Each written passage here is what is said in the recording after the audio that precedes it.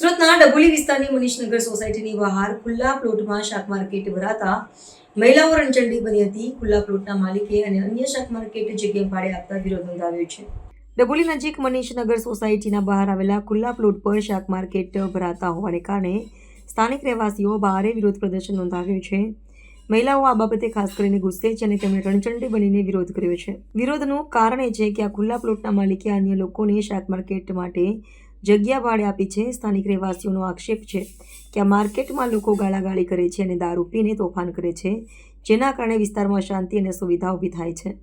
સ્થાનિકોએ ધમકી આપી કે જો ભવિષ્યમાં શાક માર્કેટ ફરીથી ભરાશે તો તેઓ મોટા પાયે વિરોધ પ્રદર્શન કરશે.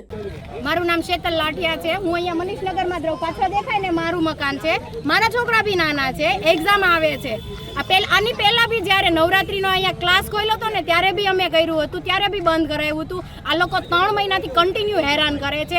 બપોરે સુતા એટલી વારમાં તો અહીંયા બધું કરીને સીધી માર્કેટની લારીઓ જ આવી ગઈ. તો આ શું લીગલી છે? એનું કામ કર્યું. એણે ભાડા કરાર કર્યો છે, પણ શેઠને એણે પૂછ્યું છે કે હું માર્કેટ બનાવવાનો છું એમ, એટલે આ ઇનલીગલી છે, આ નહીં ચાલે. માર્કેટ નહીં થવા દે. હેરાનગતિ થાય છે. હેરાનગતિમાં જો ગાળો બોલે છે, તમે જોઈ લીધું. અહીંયા કચરો ફેંકે છે, ડ્રિંક બી કરશે. હજુ બની છે, ડ્રિંક બી કરશે. તમને બી ખબર છે, માર્કેટ વાળા છે, ડ્રિંક બી કરશે, બધું એ કરશે. બાથરૂમ જવા માટે જગ્યા જોઈશે ને, કે મારી દિવાલ જ કરી લેવાના છે એ બી.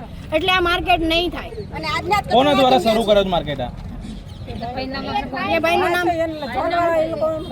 નામ શું છે? એ ભાઈ અત્યારે પોલીસ સ્ટેશન હાલ ગયા છે. અમે ફરિયાદ મતલબમાં અમારા જેન્ટ્સ ગયા છે, શૈલેષભાઈ કરીને નામ છે. અમારા જેન્ટ્સ ત્યાં લોકો ગયા છે. એમણે કીધું કે ભાઈ તમે આવો અને FRI કરાવો. જે કીધું છે કાર્યવાહી અમારા જેન્ટ્સ કરે છે. અમે અહીંયા માર્કેટ નહીં થવા દે, એના માટે ખાલી શાંતિથી ઊભા છીએ કે અમે કઈ નહીં શાક. તો એ બી હું અહીંયા રજૂ કરવા માટે તૈયાર છું. મારી પાસે છે.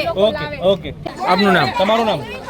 કઈ જગ્યાએ રહેવાનું? સામે મારું મકાન છે. તો કે આ લોકો 3 મહિનાથી આમ બધું હેરાન કરે છે. તો માર્કેટના બધા સવાલો લાવીને અહીં મૂકી દે, રેકડી મૂકી દે, કાંઈ પોટલા મૂકી દે. પછી અમે લોકોને ભાવથી સમજાવો કે ભાઈ માર્કેટ કરવા અમે નહીં દઈ, મારું ઘર સામે છે.